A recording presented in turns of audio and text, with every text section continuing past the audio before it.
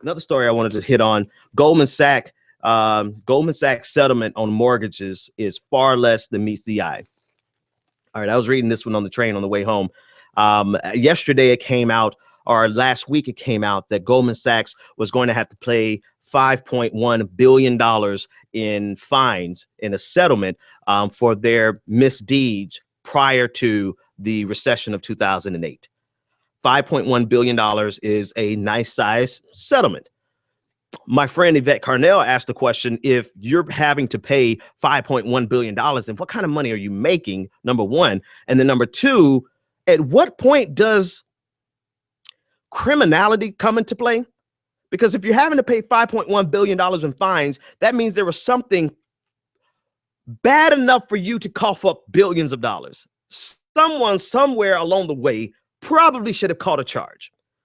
But that's besides the point. The point of this article in the New York Times today, from written by Nathaniel Popper, was pointing out that, in fact, even though the media and even though outlets are promoting the idea that Goldman Sachs is paying $5.1 billion in settlements, in reality, they could pay up to 50 to 75% less than that.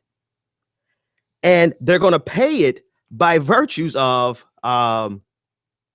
tax benefits and tax credits and government incentives. In other words, they screwed up the American economy. They got bailed out by the American taxpayers. They got fined by the American government. And now they're getting out of paying that full fine with tax subsidies, tax credits, and government incentives. I don't have something to compare that to. Let me see if I can make something up to compare that to. I don't even think it's worthwhile to try, because it is obscene that now, instead of paying $5.1 billion, they could end up paying somewhere between $2 and $3 billion. Still a nice piece of change, but obviously nothing to Goldman Sachs, nothing that's going to change their behavior, nothing that's going to prevent them from becoming bigger than they already were, too big to fail. And look at the reason. Look at the reason. I'm going to read this directly from the paper because he said it best. He said, for all of the banks, the credit suggests the amounts of the, that's not what I read. This is what I want to read. They appear to have grossly inflated the settlement amount for PR purposes to mislead the public, while in the fine print enabling Goldman Sachs to pay 50 to 75% less. The problem all along with all of these settlements, and this one highlights it even more, is that they are carefully crafted to conceal rather than reveal to the American public what really happened here. Now tell me that campaign contributions do not contribute to this favorable outcome. Tell me that there are just people in the government who just because they feel like Goldman Sachs are just good people, they never received any money from Goldman Sachs, and so they think Goldman Sachs is good, so we're going to give them the best incentive. We're going to make you look good in public, and we're going to save you some money by giving you tax credits, tax incentives, and government incentives.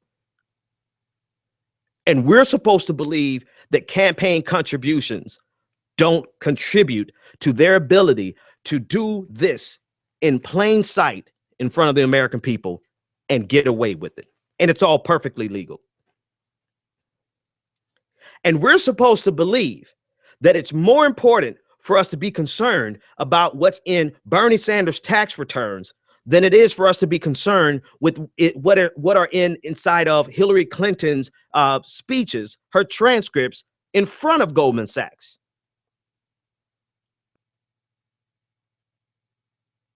But nothing to see here.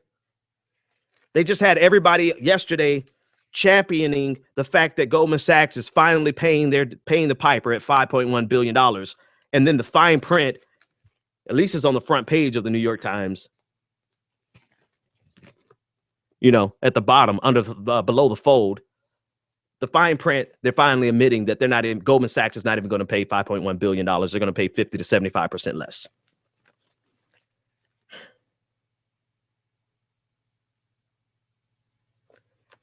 Only in America. Only in America can this be perpetrated, and then we also be told by people who claim to be fighting on our behalf that campaign contributions in the hands of Hillary Clinton don't corrupt. Speeches for $300,000 a pop in the hands of Hillary Clinton do not corrupt. But where else could Goldman Sachs go and get this type of favorable outcome if not for campaign contributions and other type of contributions and benefits that they give politicians? Nowhere else.